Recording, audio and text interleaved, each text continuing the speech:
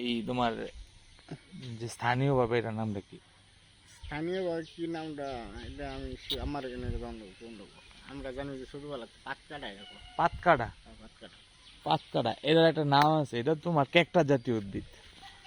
এটা আমাদের ভিতরে জাত আছে, হ্যাঁ, না না, এটা অনেক জাতের। অনেক জাতের, কিন্তু এই তোমার এটা ভালো না জাত।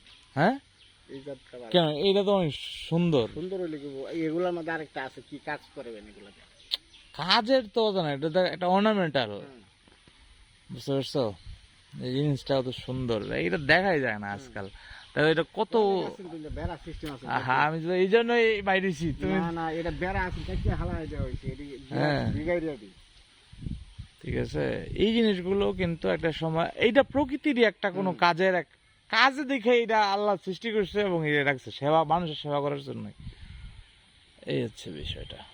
ক্যাকটাস জাতীয় গাছ এটা মূলত।